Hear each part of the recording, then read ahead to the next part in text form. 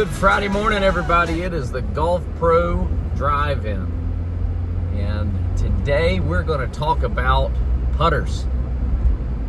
If you follow me on social media, Instagram or Facebook, this past week on Monday, I did a little, just a short little experiment. I got a new Scotty Cameron Phantom 11R OC putter. The OC is an off-centered, low torque putter. So in the same breath as Lab is kind of probably the company who's made the zero torque or low torque putters the most popular. You saw a huge explosion of those type putters over the past 2 years, and all the large OEMs have seen that and decided, well, it sounds like we need to get in on that market since it's doing well. And so that's exactly what they did. And so now I don't know what the putter sales look like, but I'm sure everybody's kind of closed the gap on Lab. But nevertheless, Scotty Cameron, he's got a few models out now. He's got one in a fastback, the new Phantom 5. He also has a model in that as well, of the low torque. If you're into low torque putters, I highly suggest that you give them a try. They look fantastic. They feel great, obviously, with the new insert on there, or the new face milling that he has with the chain link milling in there. It looks great, feels great, sounds great. So give them a try. But anyway, obviously with all the popularity in the low torque putters, I wanted to give it a shot as well. So I bought one. That's right, I bought it. I am a Titleist staff member. I do get some equipment. I don't get everything. And I wanted one to see what it was like, because one of my worst putting statistics is from about 8 feet, from about 4 to 8 feet. And there's a lot of things wrapped up in that, but I'm pretty good outside of 15 feet.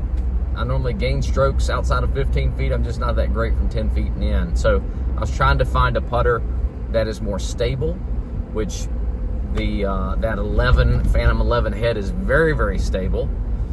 It's got weight on the outer extremes, left, right, and towards the back of the putter, which gives it very high MOI and super stable through the putting stroke. So very little open and closing. Anyway, so I'm just trying to become a better putter. I have a model that I'm using right now, a 7.2 Phantom, which is a plumber neck on the 7 head. And my all-time go-to that I've had for over 20 years is a Scotty Cameron Red X, which is just like a mid-mallet. Anyway, enough about that. Let's talk about what happened in my test. So what I did is I hit 50 putts from 8 feet, dead straight, dead level. I just wanted to see, how do these putters compare? Not necessarily if I'm making or not, how do they compare in terms of getting the face back to square, getting how much rotation is in the club face, is there any changes in the stroke, things of that nature, just basic stuff. And if you know anything about low torque putters or zero torque putters, you know that what they tell you is that they always stay square relative to the arc, and different things like that. They're basically selling you that the face isn't going to twist as much, and you're going to be able to get the club face back to square more often, and all that. Well, here's a news flash for you, and this is what I've always railed against whenever it comes to these zero torque or low torque putters. That's not the case. It's not the truth. It's never been the truth. When some of these manufacturers are putting a putter and holding it in between two rods like this right here, with the putter in between, and they're not holding it with their hands, and they're making these strokes, and they're saying, see, look how stable the club is staying. It's staying square relative to the arc. Well, it is in that device, but it's not going to be as soon as you put your hands on it, because what do we do as golfers? We manipulate. We're constantly manipulating the club. So with a low torque putter, or zero torque putter, some call it, low torque is what Scotty Cameron calls it, and I like that methodology. That makes sense.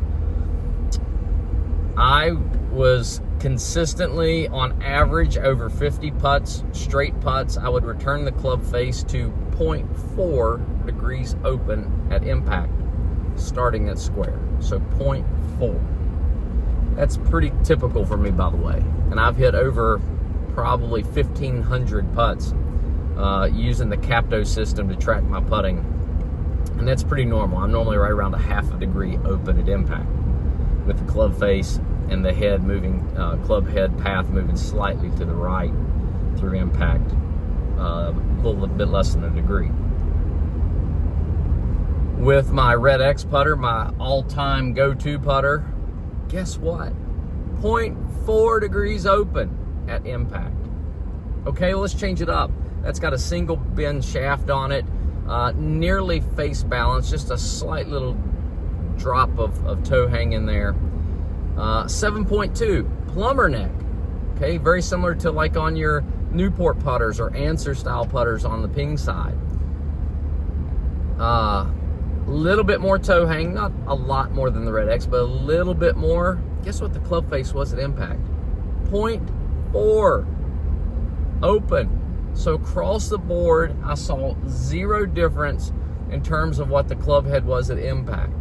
The OC, the 11 Phantom, did not return back to square any better than any of the other putters did. In fact, I had more hand manipulation, open and close. I'm talking about twisting. I had more hand manipulation on the Phantom OC low torque putter than I did on the Red X or on the 7.2 with the plumber neck.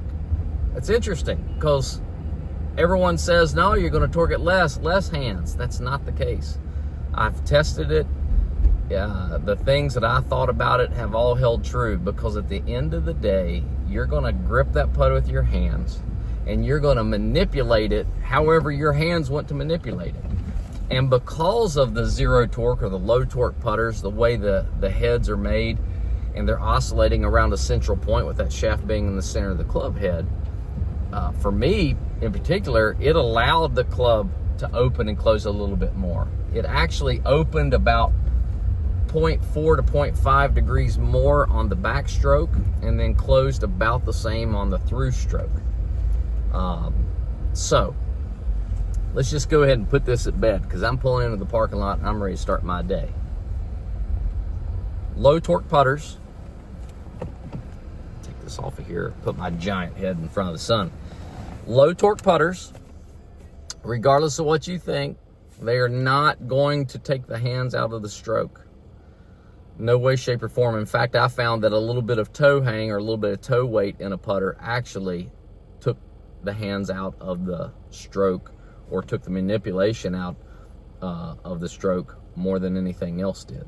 So don't hold on to that. Now, is it for some people? Of course it is. I think it's a great putter. I think there's people out there who like that style. It's a beautiful looking putter. I mean, it looks nice. It's heavy, so it's super stable throughout the stroke. I mean, there's a lot of positives about it. I think if you're into that kind of style of putter, a low torque or a zero torque or a off-centered shafted putter, I think you're going to absolutely love it, or you're going to love one of the other models that's currently in the Scotty Cameron line. But if you're more of a traditionalist, the way I am, I've putted with a single bend shaft or a double bend, or or a plumber neck type putter, I think you're probably going to find it's a bit of a struggle, especially if you've never used anything like that before. So anyway, that's just some of my research that I've done. I'm going to continue to research a little bit more, but I don't think the OC is going to make it in the bag for very long. I'll probably go back to my old trusty Red X, because it still outperforms every putter anytime that I compare them. But anyway, hope that gives you a little bit of insight to help you if you're deciding to buy a new putter. And if you need a little bit more help, give me a shout. Love to help you get fit for a Scotty Cameron putter. so that you can put your best on the golf course. Well, let's have a great weekend this weekend. Try to get out and play golf if you're in a place where it's warm enough. And we'll see you again next week. It's a golf